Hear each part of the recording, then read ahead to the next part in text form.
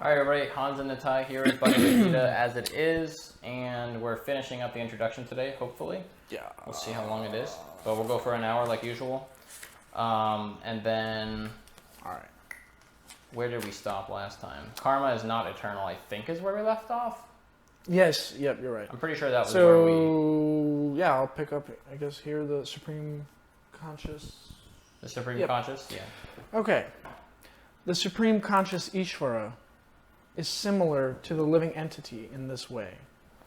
Let me just go back here and recap. So they were talking about, consequently, karma is not eternal. Therefore, we stated of the 5 items, Ishvara, Jiva, Prakriti, time, and karma. 4 are eternal, whereas karma is not eternal. Right. Ishvara is the supreme being, God. Jiva is us. Prakriti means the Lord's energy. Time and karma. Right? Prakriti? Energy?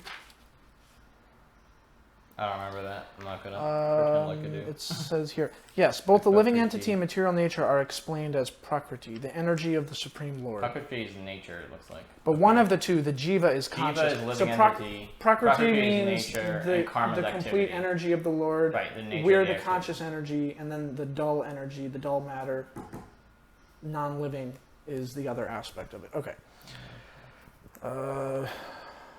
Okay, I mean, we could recap a little bit for the people that just listened to the last one. It's going to be a little bit of repetition. Okay, so remind yourself too that hopefully people will just listen to the last one sooner than the last. Sure. For us, it's been a week, but for them, hopefully it may or may not be. Okay, but they still have the other one to go back to for reference. Okay, so should be pretty easy. The Supreme Conscious Ishvara is similar to the living entity in this way. Both the consciousness of the Lord and that of the living entity are transcendental. It is not that consciousness is generated by the association of matter. That is a mistaken idea. The theory that consciousness develops under certain circumstances of material combination is not accepted in the Bhagavad Gita. Consciousness may be pervertedly reflected by the covering of material circumstances, just as light reflected through colored glass may appear to be a certain color, but the consciousness of the Lord is not materially affected. Lord Krishna says, Maya Yakshena Prakriti. When he descends into the material universe, his consciousness is not materially affected. If he was so affected, he would be unfit to speak on transcendental matters as he does in the Bhagavad Gita. One cannot say anything about the transcendental world without being free from materially contaminated consciousness. Dang. I feel like I'm minorly concerned that your neck beats could be bumping against that as you're reading. I guess the clip is like not staying on as tight as it usually does. I don't know what that's about. It's better for it to hit your shirt. I don't think it ever makes a sound when it hits your shirt, but it does when it hits your beads. Oh, okay. You're good. I think it's the way I just did it. Damn. So one cannot say anything about the transcendental world without being free from materially contaminated consciousness. Yeah. So the Lord is not materially contaminated. Our consciousness at the present moment, however, is materially contaminated.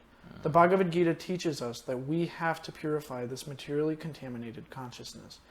In pure consciousness, our actions will be dovetailed to the will of the Ishvara, the Supreme Being, and that will make us happy. It is not that we have to cease all activities. Rather, our activities are to be purified, and purified activities are called bhakti. So, like I was talking to my dad last night, you know, we all have our bad habits, whatever they are. Yeah. Everyone has them. So, you know, like I raised a point. I said, well, as human beings, we are creatures of habit. Right. Whatever it is. I get a coffee every morning. I wake up, I go smoke my cigarettes on the porch. Whatever it is, I have to have a beer every day to get my day started if you're an alcoholic, or, you know, there's a spectrum of bad habits. Some of them being awful and others being not that bad, but ultimately it's still something that you need to try to curb. Trying to stop cold turkey is hard. So that what he's saying is, don't stop cold turkey. Yeah.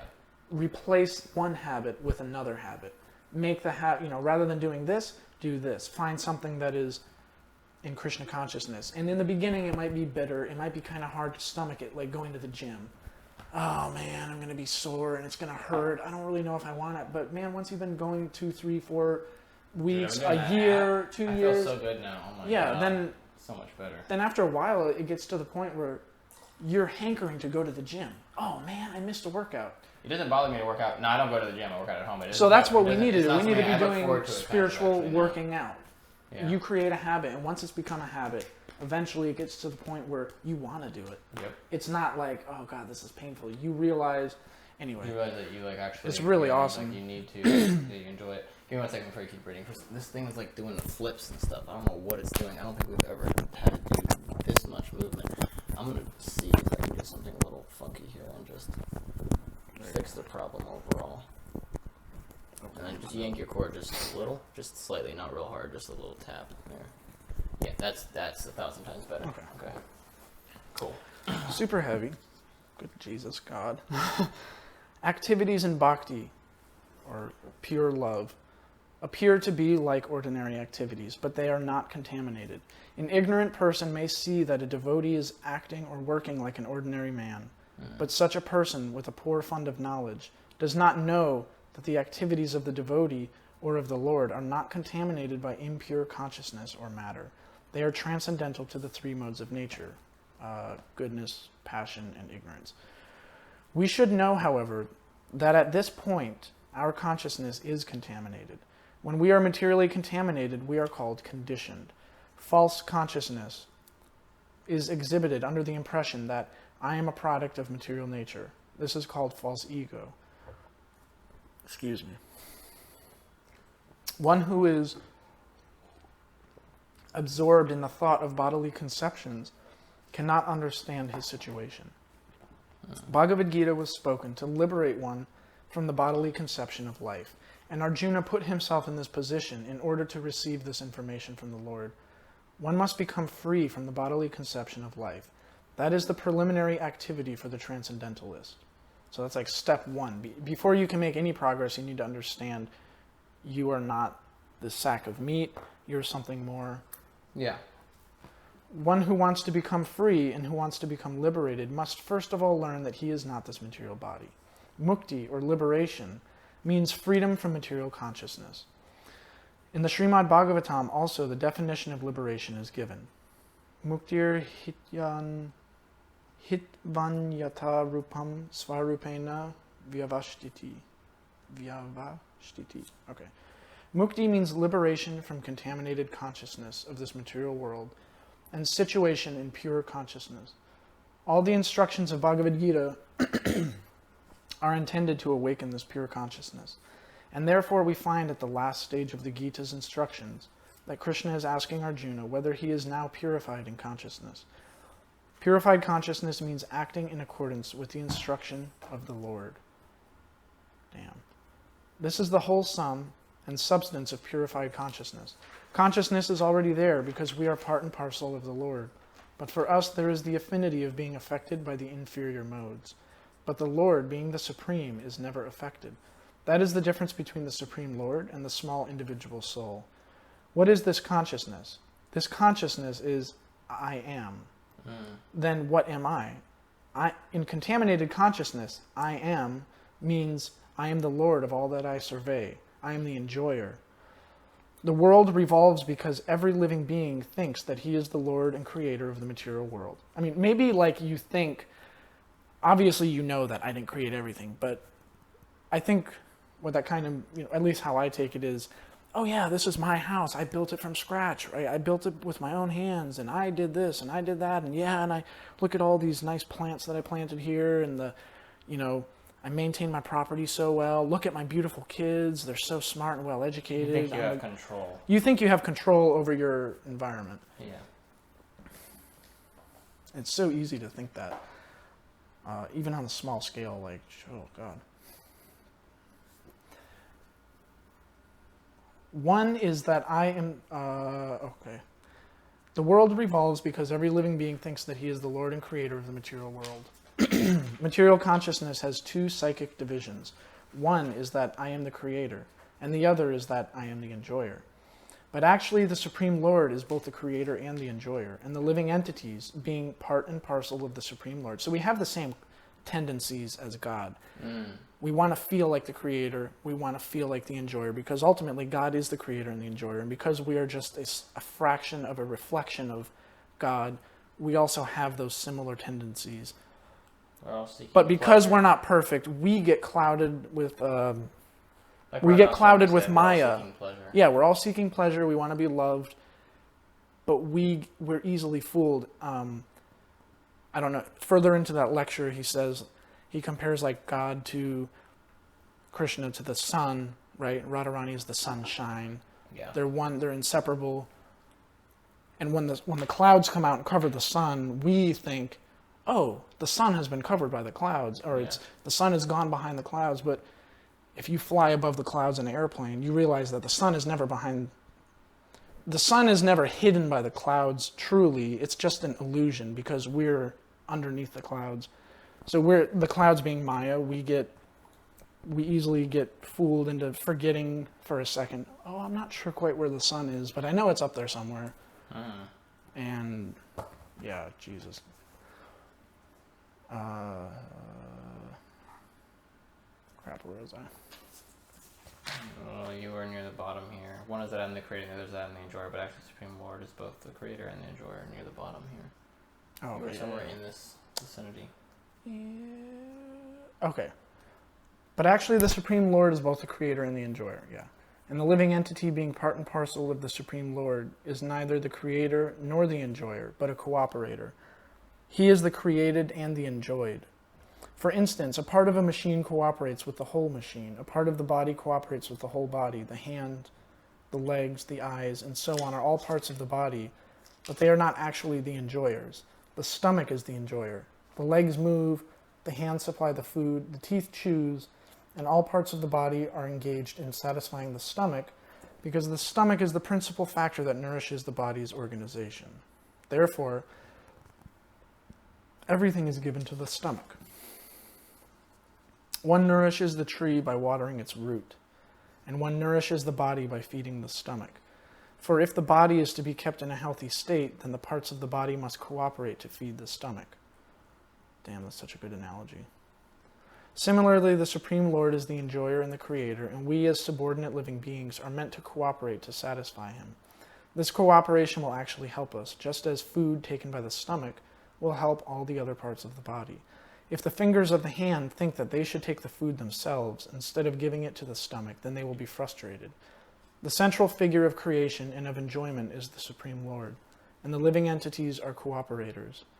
By cooperation, they enjoy. The relation is also like that of the master and the servant. If the master is fully satisfied, then the servant is satisfied. Similarly, the Supreme Lord should be satisfied, although the tendency to become the creator and the tendency to enjoy the material world are there also in the living entities, because these tendencies are there in the Supreme Lord who has created the manifested cosmic world. We shall find, therefore, in this Bhagavad Gita that the complete whole is comprised of the Supreme Controller, the controlled living entities, the cosmic manifestation, eternal time, and karma, or activities. And all of these are explained in this text. Sounds like the Bhagavad Gita is kind of important. All of these taken completely form the complete whole, and the complete whole is called the Supreme Absolute Truth. The complete whole and the complete absolute... Yeah, right? SAT. The most important SAT. Wow, yeah, right. What are your SAT scores? Not good in my case. Oh my God. Gotta retake it. Yeah. A lot. Where can I get some tutoring? The complete whole and the complete absolute truth are the complete personality of Godhead, Sri Krishna. All manifestations are due to his different energies, and he is the complete whole. It is also explained in the Gita that impersonal Brahman is also subordinate to the complete Supreme Person. Brahman yohi pratishtaham. Brahman is more explicitly explained in the Brahma Sutra to be like the rays of the sunshine. The impersonal Brahman is the shining rays of the Supreme Personality of Godhead. Impersonal Brahman is incomplete realization of the absolute whole. So the idea that oh, we're all one, everything is all ultimately God, therefore I can also become God and I can enjoy once I become liberated, right? Like how he was talking about moksha, right? Yeah. Moksha is not the highest. Liberation is not the highest. And you hear some of the devotees in their prayers, they say, like, I don't want, in the Dhammadarastakam, right, like, I don't even want liberation. I don't want anything. I just want to serve, I just want to serve the lotus feet of Krishna, of God. I don't care. I just want to do service. And so that's actually even higher than moksha. Yeah. Which is crazy. It's like, oh God. The impersonal Brahman is incomplete realization of the absolute whole, and so also is the conception of Paramatma.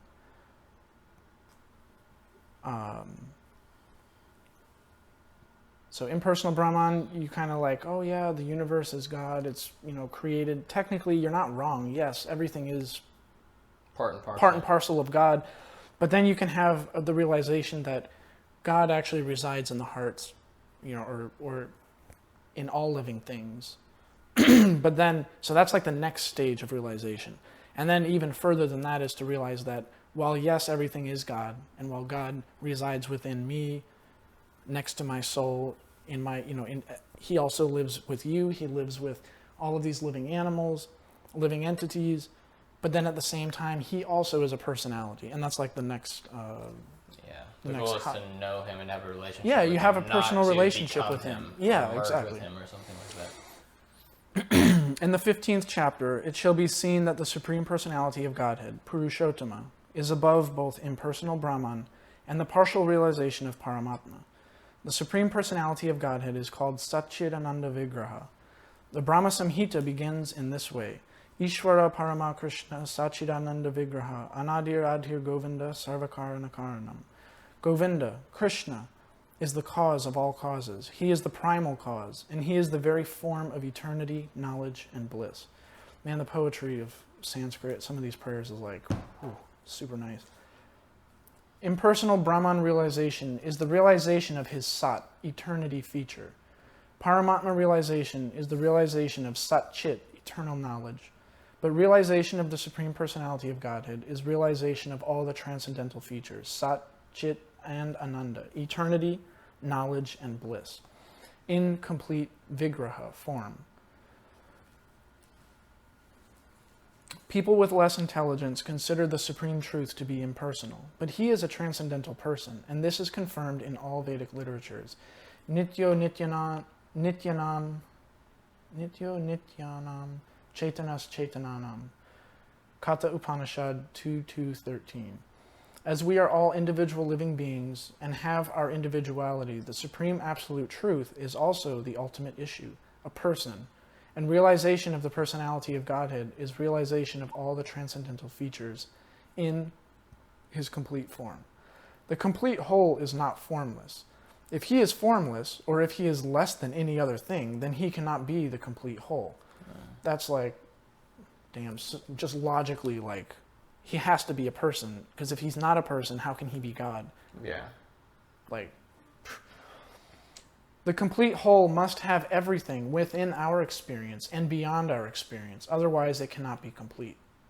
Okay. Yeah. So we have our own identity. We're our own individual. If we are all, created in God's image, God also must be an individual. Yeah. Who also has a personality, who can also have relationships. Yeah. Yeah, it just makes sense. Yeah. That's why they call this world the perverted reflection. Yeah, for real. Mirror, mirror on the wall.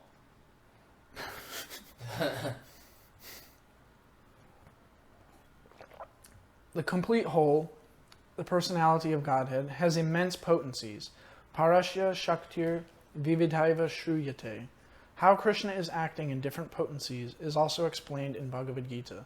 This phenomenal world, or material worlds, in which we are placed, is also complete in itself, because the 24 elements of which this material universe is a temporary manifestation, according to Sankhya philosophy.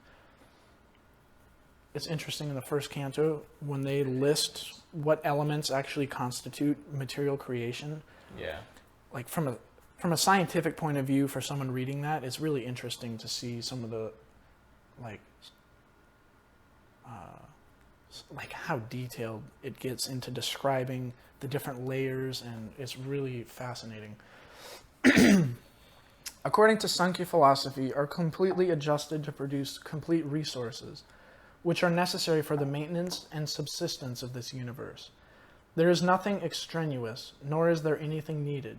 This manifestation has its own time fixed by the energy of the Supreme Whole, and when its time is complete, these temporary manifestations will be annihilated by the complete arrangements of the complete.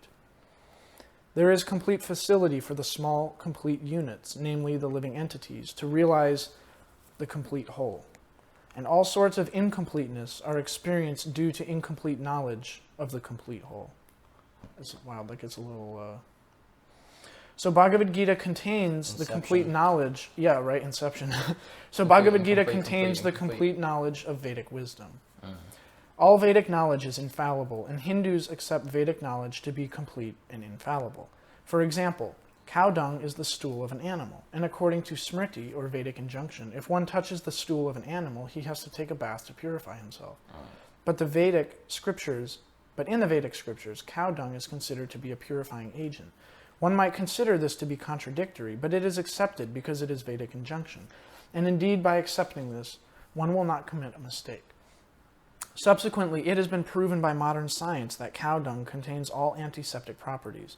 So Vedic knowledge is complete because it is above all doubts and mistakes. That's hilarious. And Bhagavad Gita is the essence of all Vedic knowledge. I know, right? I didn't know that was scientifically confirmed. That's pretty cool. Yeah. When I was a kid, somebody said something about like don't let it touch the ground, like you gotta catch it, or is that just like something that the Buddhist Well, went all, like, on the extreme I'm not side really with? sure. I won't really talk on that because I'm not 100% positive. But I mean, dude, Ayurveda, like.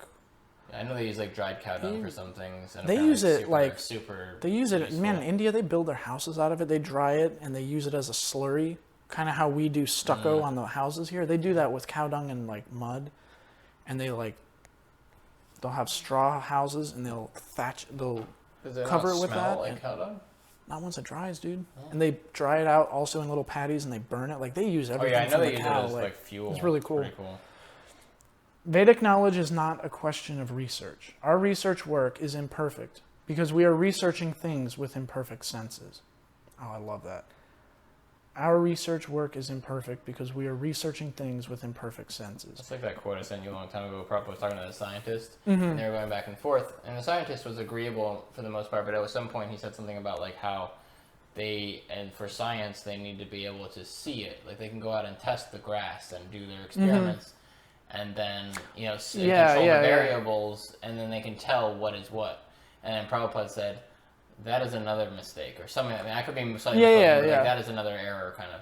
And the scientist is like, and he's like, because you think that you are perfect. And the scientist is like, no, I don't think I'm perfect. And he's like, I forget exactly how he said it, but it's kind of like, if you're not perfect, then you're an uncontrollable variable. Therefore, your own scientific evidence, like your own scientific process doesn't work. And the scientist is just like, dumbfounded. You're like, okay, yeah, you're right. From a logical point of view, to anyone that actually is capable of using logic, when Prabhupada presents it like that, you're absolutely right. Like, you just, whoa, wait a second, whoa. Like, yeah, you can tell he got shook. Yeah. Yeah, that's beautiful. It was a really cool conversation. Yeah. I think that was an Easy Journey to Other Planets. Yes, it was.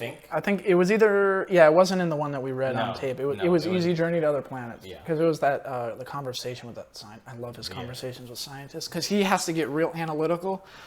Woo! It's really cool, especially when you can tell that they're kind of being like... They're being challenging, and he... But then you can kind of see like towards the end, like sometimes they're like, I think I believe submissive, you. Yeah. They're like, they come in with it like... Well, they realize he's authoritative. Sort of like but... And then by the end of it, sometimes you can kind of tell they're like, I gotta go home and think about it.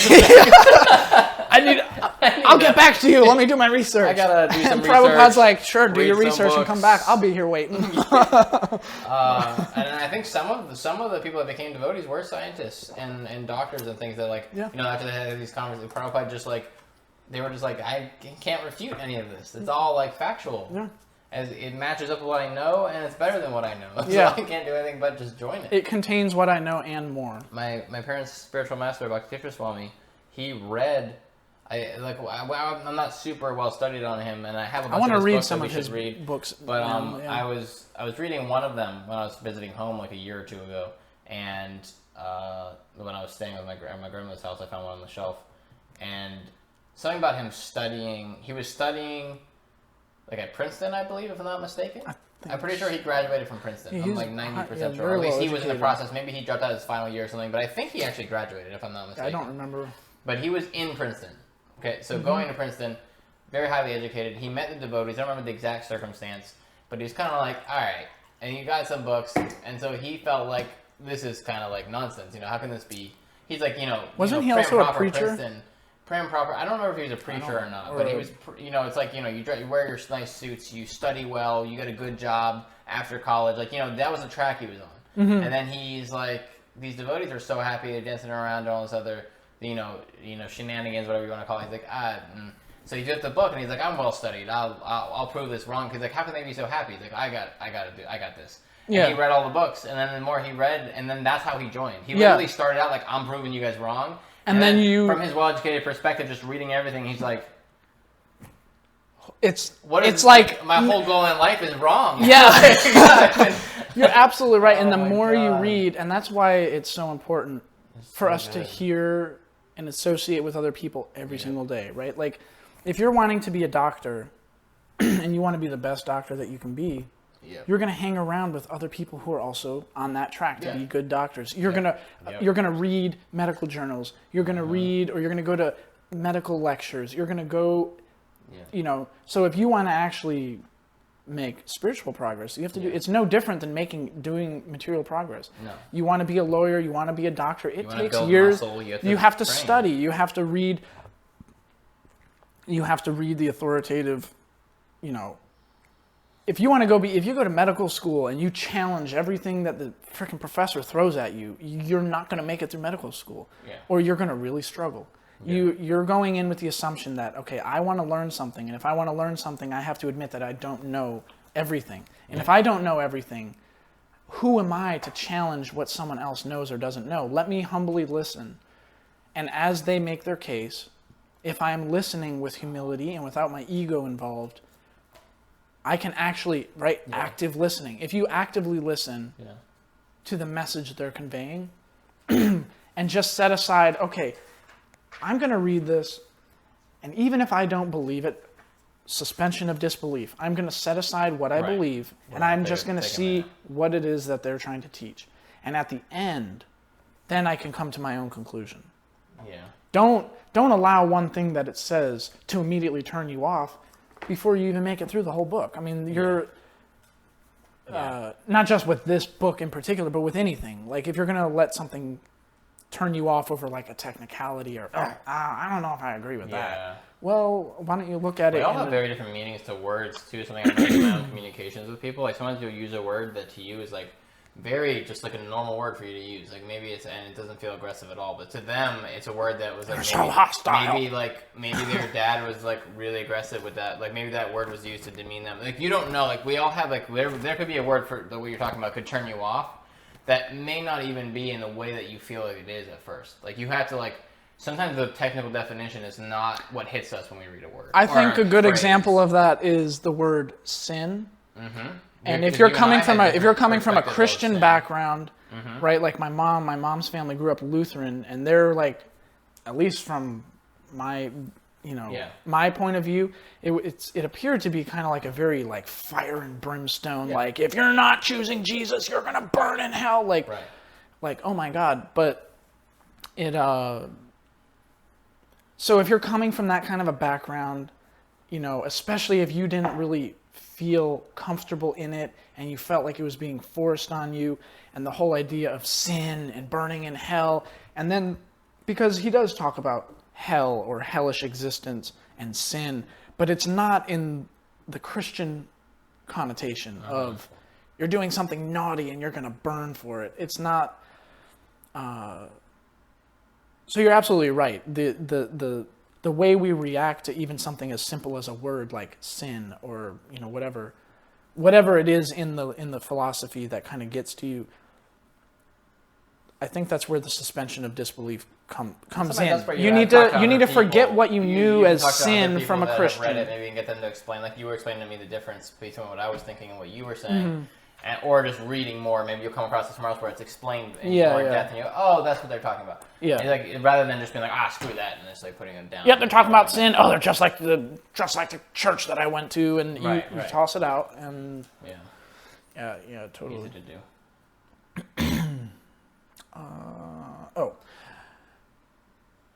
We have to accept perfect knowledge, which comes down, as is stated in the Bhagavad Gita, by the parampara, disciplic succession. So God speaks, right? Yeah. Parampara speaks to somebody. That person, who is a qualified teacher, speaks to somebody else without changing anything. I'm telling it to you how I heard it. That person then takes it and runs with it. I'm not putting my own spin on it. I'm telling you how I heard it. And if you're doing it and each person is bona fide, the message from the top of the chain to wherever you heard it should, if it's an actual, authoritative parampara, will be the same message that was given at the beginning. We have to receive knowledge from the proper source in disciplic succession, beginning with the Supreme Spiritual Master, the Lord Himself, and handed down to a succession of spiritual masters. Arjuna, the student who took lessons from Lord Sri Krishna, accepts everything that he says without contradicting him. One is not allowed to accept one portion of the Bhagavad Gita and not another.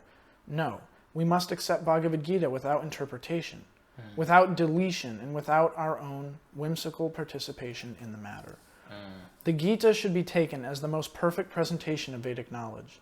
Vedic knowledge is received from the transcendental source, and the first words were spoken by the Lord Himself.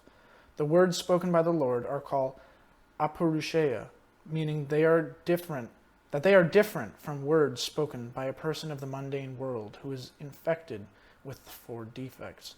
A mundaner is sure to commit mistakes, is invariably illusioned, has the tendency to cheat others, and is limited by imperfect senses. With these 4 imperfections, one cannot deliver perfect information of all-pervading knowledge. So the person you approach needs to be someone who is living according to the teachings, because if they're following the teachings 100% and they're applying them to their everyday life, they're going to be not inclined to have any of these 4 defects. Well, the more surrendered they are, the more likely it's basically just coming from Krishna, because it's just coming from their learnings. It's not coming from their material perspective. Yeah, We exactly. tend to do when we give people advice. Vedic knowledge is not imparted by such defective living entities. It was imparted unto the heart of Brahma, the first created living being, and Brahma in his turn disseminated this knowledge to his sons and disciples, as he originally received it from the Lord. The Lord is Purnam, all perfect, and there is no possibility of his becoming subjected to the laws of material nature. One should therefore be intelligent enough to know that the Lord is the only proprietor of everything in the universe, and that he is the original creator, the creator of Brahma. In the 11th chapter, the Lord is addressed as Prapitamaha, because Brahma is addressed as Pitamaha, the grandfather, and he is the creator of the grandfather. So no one should claim to be the proprietor of anything. One should accept only things set aside for him by the Lord as his quota for his maintenance. There are many examples given of how we are to utilize those things which are set aside for us by the Lord. This is also explained in the Bhagavad Gita. In the beginning, Arjuna decided that he should not fight in the battle of Kurukshetra. This was his own decision. Arjuna told the Lord that it was not possible for him to enjoy the kingdom after killing his own kinsman. This decision was based on the body, because he was thinking that the body was himself, and that his bodily relations or his expansions were his brothers, nephews, brother-in-laws, grandfathers, and so on. Therefore, he wanted to satisfy his bodily demands. Bhagavad Gita was spoken by the Lord just to change this view, and at the end, Arjuna decides to fight under the directions of the Lord when he says, Karishye vachanam tava, I shall act according to your word. In this world, men are not meant for quarreling like cats and dogs. Men must be intelligent to realize the importance of human life and refuse to act like ordinary animals. A human being, man, this is so applicable to today, and what's going on right now. In this world, men are not meant for quarreling like cats and dogs. Men must be intelligent to realize the importance of human life and to refuse to act like ordinary animals. A human being should realize the aim of his life, and this direction is given in all Vedic literature, and the essence is given in Bhagavad Gita.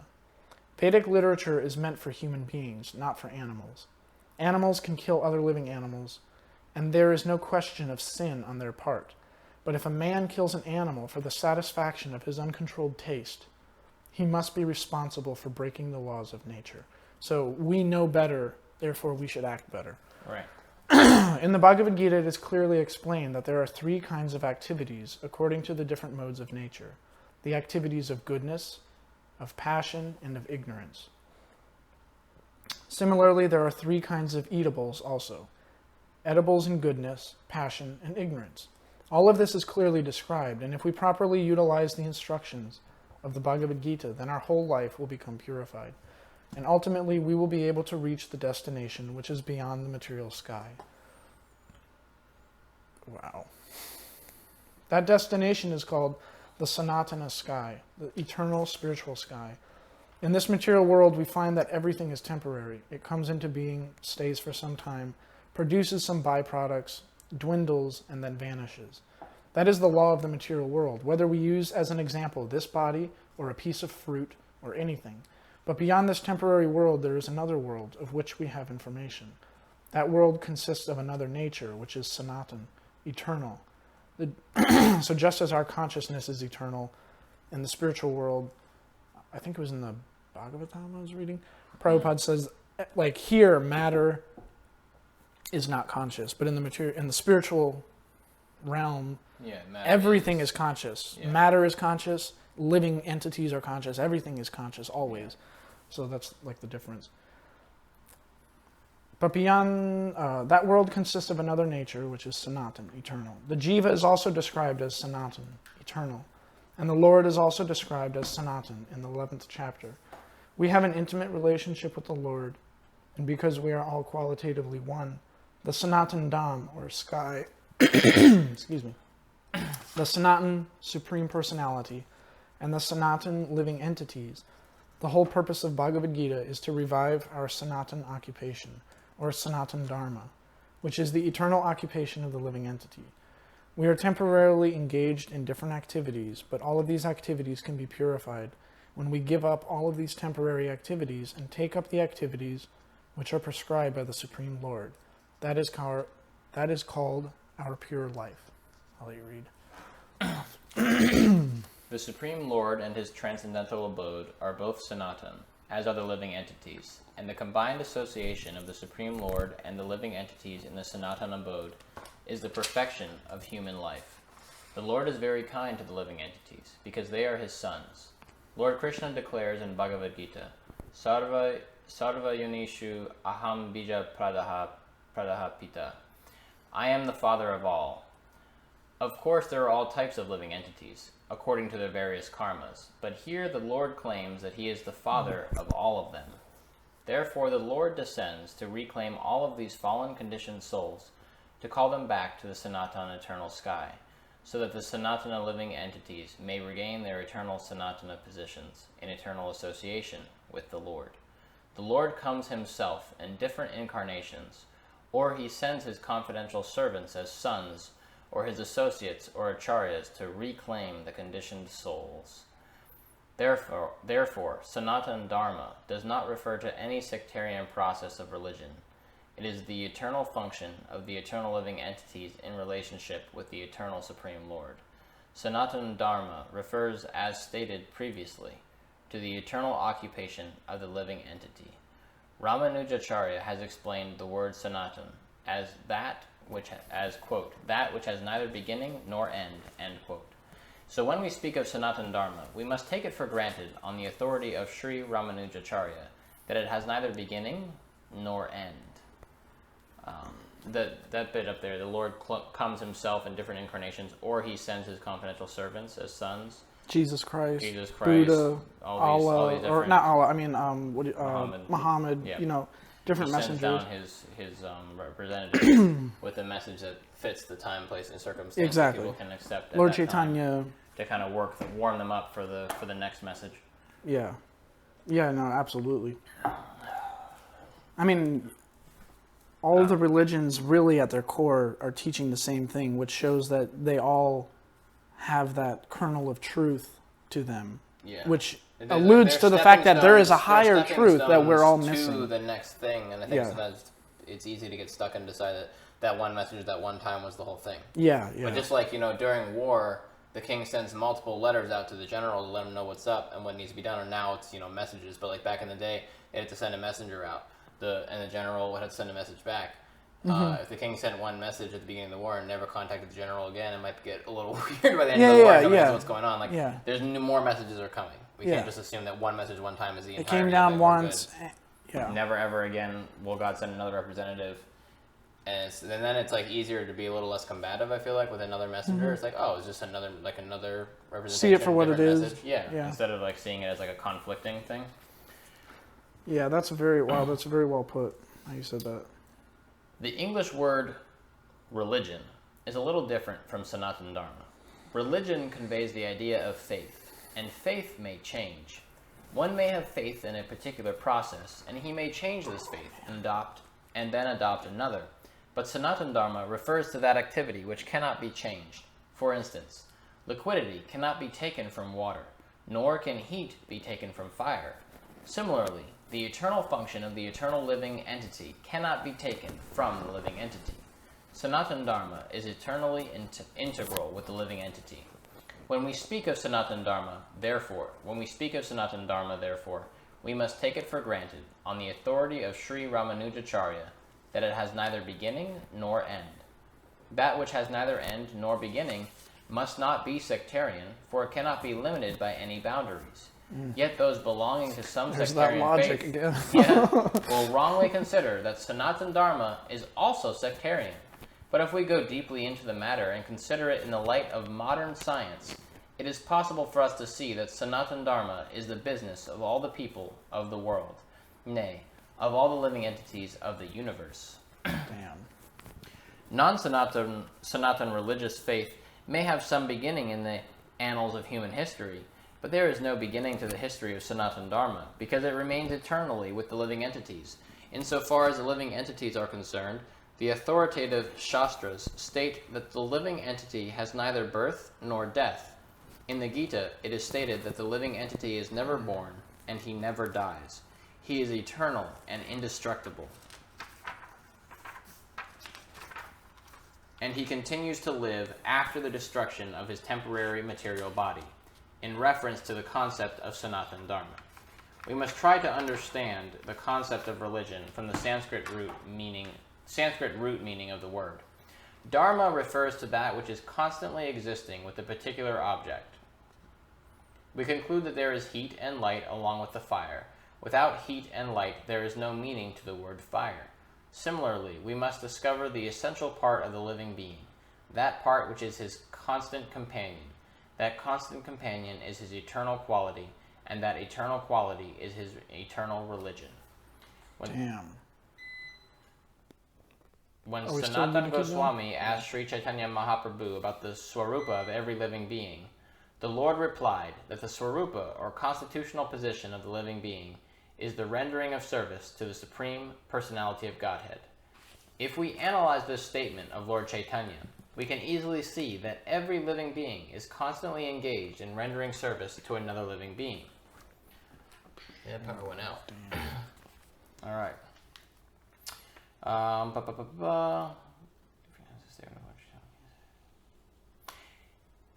back there. If we analyze this statement of Lord Chaitanya, we can easily see that every living being is constantly engaged in rendering service to another living being.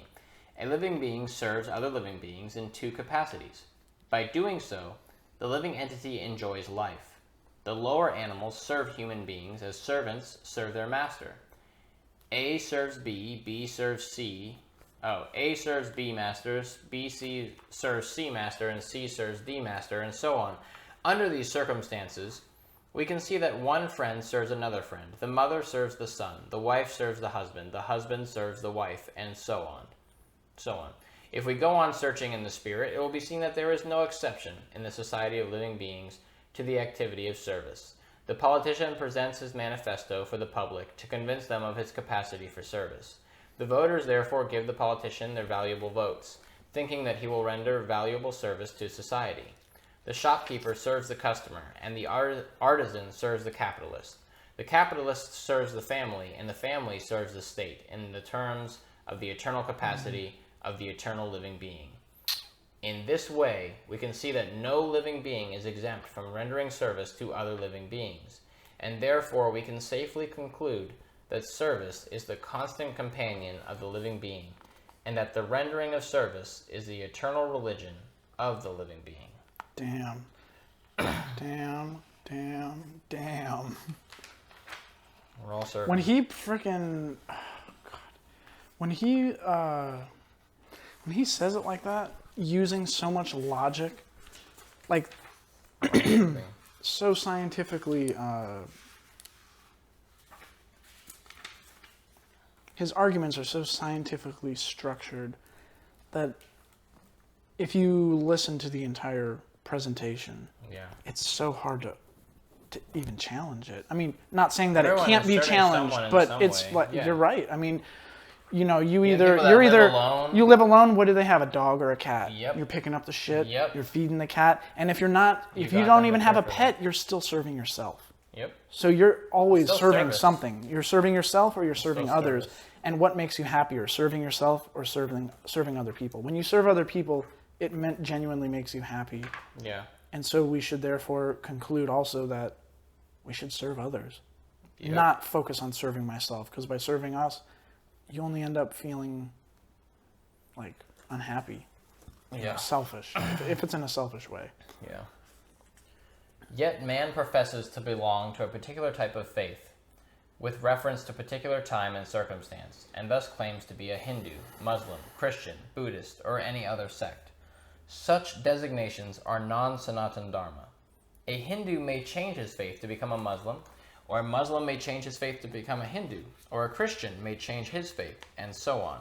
But in all circumstances, the change of religious faith does not affect the eternal occupation of rendering service to others. The Hindu, Muslim, or Christian, in all circumstances, is servant of someone. Thus, to profess a particular type of sect is not to profess one's Sanatan Dharma. The rendering of service is Sanatan Dharma. Factually, we are related to the Supreme Lord in service. The Supreme Lord is the supreme enjoyer, and we living entities are his servitors. We are created for his enjoyment, and if we participate in that eternal enjoyment with the Supreme Personality of Godhead, we become happy. We cannot become happy otherwise. It is not possible to be happy independently, just as no one part of the body can be happy without cooperating with the stomach. It is not possible for the living entity to be happy without rendering transcendental, loving service unto the Supreme Lord. In the Bhagavad Gita, worship of different demigods or rendering service to them is not approved. It is stated in the 7th chapter, 20th verse. Kamaistais tahir hrit agnaha praparante nya devataha tam tam niyamam astaya prakritaya niyatiyaha svaya. Prakriti niyata svaya, yeah. Those whose minds are distorted by material desires surrender unto demigods and follow the particular rules and regulations of worship. According to their own natures. Oh, I read that weird. These lights flickering are distracting me. I know. All right. Thanks, Florida. I know. Gotta love this. Okay. Those whose minds are distorted by material. This is the translation to that verse. So. Kamaistais tahir hitagna prapadyante nya devataha tam tam niyamam astaya prakritaya niyatiha svaya. Those whose minds are distorted by material desires surrender unto demigods and follow the particular rules and regulations of worship according to their own natures. End of translation. Here it is plainly said that those who are directed by lust worship the demigods and not the Supreme Lord Krishna. When we mention the name Krishna, we do not refer to any sectarian name. Krishna means the highest pleasure, and it is confirmed that the Supreme Lord is the reservoir or storehouse of all pleasure. We are all hankering after pleasure. Anandamayo Vyasat. The living entities, like the Lord, are full of consciousness, and they are after happiness. The Lord is perpetually happy, and if the living entities associate with the Lord, cooperate with him, and take part in his association, then they also become happy. The Lord descends to this mortal world to show his pastimes in Vrindavan, which are full of happiness. When Lord Sri Krishna was in Vrindavan, his activities with his cowherd boy friends, with his damsel friends, with the inhabitants of Vrindavan, and with the cows, were all full of happiness. The total population of Vrindavan knew nothing about Krishna, nothing but Krishna. Yeah, it's a very different sentence if I read it, nothing about Krishna. The total population of Vrindavan knew nothing but Krishna. But Lord Krishna even discouraged his father, Nanda Maharaj, from worshipping the demigod Indra because he wanted to establish the fact that people need not worship any demigod. That's a good story. Yeah. Indra didn't take kindly to it initially. They need only worship the Supreme Lord because their ultimate goal is to return to his abode. The abode of Lord Sri Krishna is described in the Bhagavad Gita, 15th chapter, 6th verse. Na tad basyate suryo, na sasanka na pavakaha, yad gatva na nirvatante, tad dhamma paramam mama. That abode of mine is not illumined by the sun or moon, nor by electricity. Well, that'd be nice. Our electricity just went out. And anyone who reaches it never comes back to this material world. Bhagavad Gita 15:6. This verse gives a description of that eternal sky. Of course, we have a material conception of the sky, and we think of it in relationship to the sun, moon, stars, and so on. But in this verse, the Lord states that in the eternal sky, there is no need for the sun, nor for the moon, nor fire of any kind, because the spiritual sky is already illuminated by the Brahma Jyoti, the rays emanating from the Supreme Lord. We are trying with difficulty to reach other planets, but it is not difficult to understand the abode of the Supreme Lord. This abode is referred to as Goloka. In the Brahma Samhita, it is beautifully described. Goloka eva nivasyat chakali kilatma bhuta. Goloka eva nivasat. Goloka eva nivasatya kilat. Goloka eva nivasat yakilatma bhuta. Yeah. Something like that? Yeah, it's supposed to flow together. I was thinking reading like two brush up on separate my lines, Sanskrit. but I think it's all one line. The Lord resides eternally in his abode Goloka, yet he can be approached from this world, and to this end the Lord comes to manifest his real form, Satchid Ananda Vigraha. When he manifests this form, there is no need for our imagining what he looks like. To discourage such imaginative speculation, he descends and exhibits himself as he is, as Shamasundar. Unfortunately, the less intelligent deride him because he comes as one of us and plays with us as a human being. But because of this, we should not consider that the Lord is one of us. It is by his potency that he presents himself in his real form before us and displays his pastimes, which are prototypes of those pastimes found in his abode. In the effulgent rays of the spiritual sky, there are innumerable planets floating. The Brahma Jyoti emanates from the supreme abode, Krishna Loka, and the Anandamaya Chinmaya planets, which are not material, float in those rays. The Lord says, Na tad bashyate suryo na shasanko na pavaka yad gatva na nirvatante tad dhamma paramam mama. Kind of screwed that up, but okay. When it's not sectioned off where I don't know where the lines end, it throws me off a little bit. Okay. Natad basayate suryo na shashanko na pavaka yadgatva na nivartante na. Good God. Yad gatva na nivartante tad dhamma paramam mama. There you go. Yeah. One who can approach that spiritual sky is not required to descend again to the material sky. In the material sky, even if we approach the highest planet, Brahmaloka, what to speak of the moon, we will find the same conditions of life, namely birth, death, disease, and old age. No planet in the material universe is free from these four principles of material existence. Therefore, the Lord says in Bhagavad Gita, Abrama bhuvanal lokaha punar arvatino arjuna. The living entities are traveling from one planet to another, not by mechanical arrangement, but by a spiritual process. This is also mentioned. Yanti deva vrata devan pritrin yanti pitrvataha vrita. No mechanical arrangement is necessary if we want interplanetary travel. The Gita instructs, Yanti deva vrata devan. The moon, the sun, and higher planets are called Svargaloka. There are three different statuses of planets, higher, middle, and lower planetary systems. The Earth belongs to the middle planetary system.